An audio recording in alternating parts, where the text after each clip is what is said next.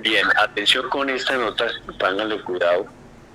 En el 2026, si es que hay elecciones en el 2026 presidenciales, el año entrante, hacia mayo la primera vuelta y junio, entiendo, la segunda vuelta, Petro va a perder. Es que en claridad de todo lo que ha sido su desgobierno y su caos y su fracaso como gobernante, Petro va a perder, pero el tema no es que pierda, el tema es que Petro no va a reconocer la derrota. Así lo advirtió ya el comportamiento que ha tenido con el hundimiento de la consulta popular, el zafarrancho que armaron ahí de trampa y de tal. ¿Dónde están las demandas? ¿Dónde están las pruebas? ¿Dónde están, digamos, las evidencias contundentes de que hubo trampa? No hubo nada, perdieron en Trancalit, pero eso nos advierte que lo que va a pasar el año entrante es un Petro sacando a la gente, como lo hace siempre, ya lo ha hecho varias veces, a la calle, con un puñado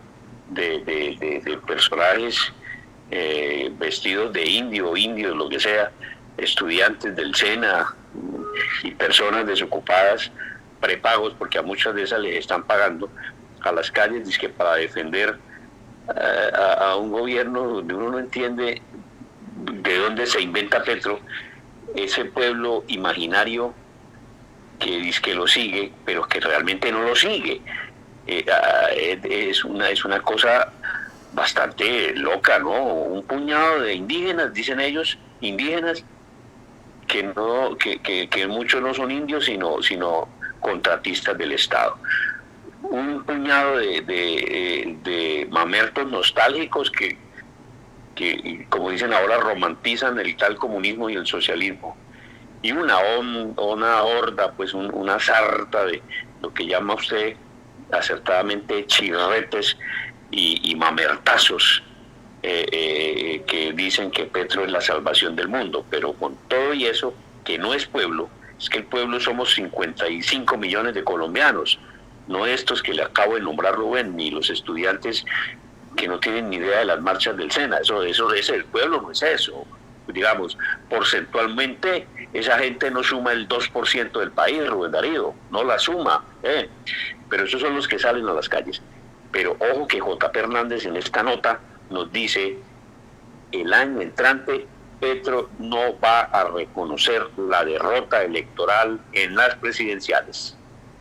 JP, es que no deja de llamarme mucho la atención que Armando Benedetti les diga malandrines a ustedes. A ver, Armando Benedetti, quien ha sido considerado por los colombianos la típica clase politiquera, no se ha saltado un solo gobierno, ha estado en todo y adivine con qué métodos. ¿Él le dice malandrines a ustedes? Cuando vemos estas actitudes por parte entonces del gobierno, del presidente, de los ministros y de los congresistas de la izquierda, yo le hago un llamado al país. Y es que tomemos esto como un preaviso para el 2026. Claramente la actitud de ellos va a ser siempre desconocer la derrota, desconocer cuando pierden unas elecciones, unas votaciones. Y es entonces cuando el país debe entender que esa cita con las urnas en el 2026 no puede ser negociable y no puede ser aplazable.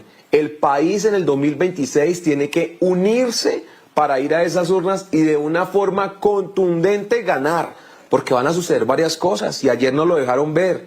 Una, van a desconocer los resultados, van a cantar fraude. Dos, van a llamar a la violencia. Y es ahí donde nosotros tenemos que pararnos con el poder que tienen en sus manos de ir a esas urnas y de una forma contundente decirle no a este tipo de gobierno que se ha replicado en diferentes regiones y que lo que busca, como yo lo manifestaba en la plenaria, es tratar de instrumentalizar, manipular, adoctrinar a todo un pueblo para volverlo dependiente. Ellos no tienen ningún tipo de responsabilidad cuando presentan una reforma que en gran parte trae unas cargas fulminantes para el generador de empleo.